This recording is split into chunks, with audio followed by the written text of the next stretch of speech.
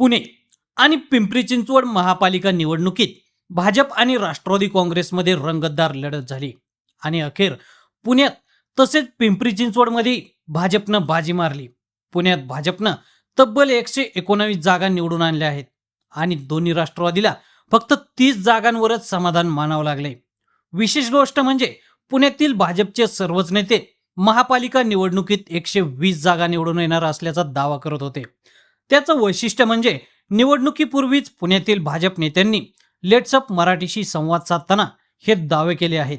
त्यात केंद्रीय राज्यमंत्री मुरलीधर मोहोळ, पुण्याचे भाजप शहराध्यक्ष धीरज घाटे, पुणे भाजप निवडणूक प्रमुख गणेश बीडकर आणि पिंपरी चिंचवडमध्येही भाजप नेत्यांनी बहुमताचे दावे केले होते आणि निकालानंतर अक्षरशः हे दावे खरे ठरले आहेत. निवडणुकीपूर्वी कोणकोणत्या नेत्यांनी लेट्सअप मराठीशी बोलताना काय काय दावे केले होते सविस्तर पाहूया. मला नाही वाटत कुठं काय कठीण असण्याचा विषयच येत नाही. बरं, मी तुम्हाला सांगतो, उलट आमचं जे संख्याबळ आहे मागचं, त्याच्यात तुम्हाला 15 जागांची भर झालेली दिसेल.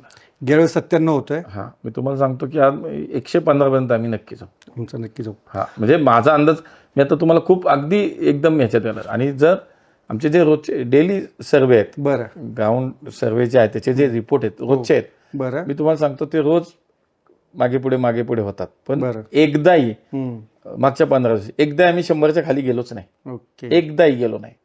किती काय करते मग काय झालं. उलट आता तर मी तुम्हाला सांगतो की 120 ते 125च्या दरम्यान पुढच्या 2 दिवसात शेवटच्या टप्प्यात आम्ही जाऊ.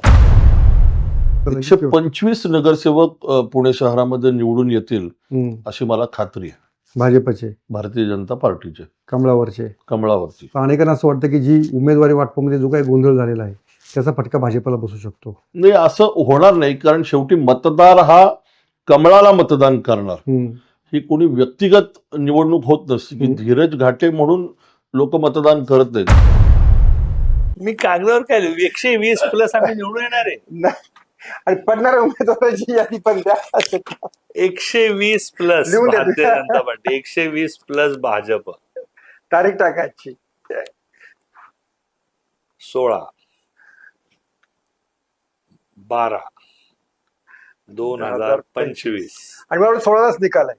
हो, बरोबर एक महिना. एक महिन्यानंतर आपण हा कागद पुन्हा एकदा सर्वांना दाखवूया की गणेश बीडकर यांनी आमच्याकडे हे असं लिहून दिलेलं होतं. पिंपरी चिंचवड शहराच्या 2026ची जी काय नगरपालिकेची निवडणूक आहे, ही निवडणूक झाल्यानंतर पिंपरी चिंचवड शहराचा महापौर हा भारतीय जनता पार्टीचा असेल. बरं, एवढा विश्वास आहे. तेवढा विश्वास आहे.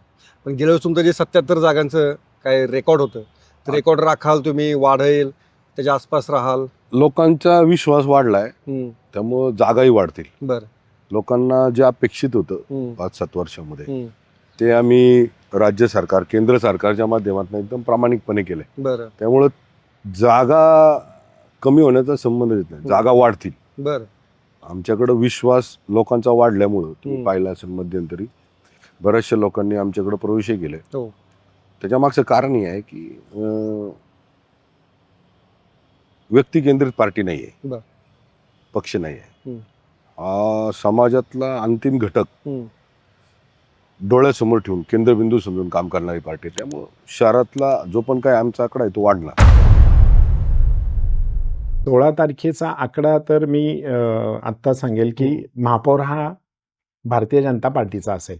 ओके. हां, आकडा पुढे मागे होऊ शकतो. बरं, म्हणजे पुढेच होऊ शकतो, मागे होणार नाही. बरं. कारण ज्या पद्धतीने आता विकास कामं आम्ही केलेली आहेत, कारण एक शॉर्टमध्ये सांगतो, 2017 नंतर म्हणजे जे नगरसेवक निवडून आले नव्हते उमेदवार, ते त्यांचे ऑफिसेस बंद होते आणि 22 पर्यंत तर बंद होते आणि 22 नंतर प्रशासन आल्यानंतरही बंदच होते. ते केवळ काम फक्त आमचा कार्यकर्ता, भारतीय जनता पार्टीचा कार्यकर्ता करत होतो.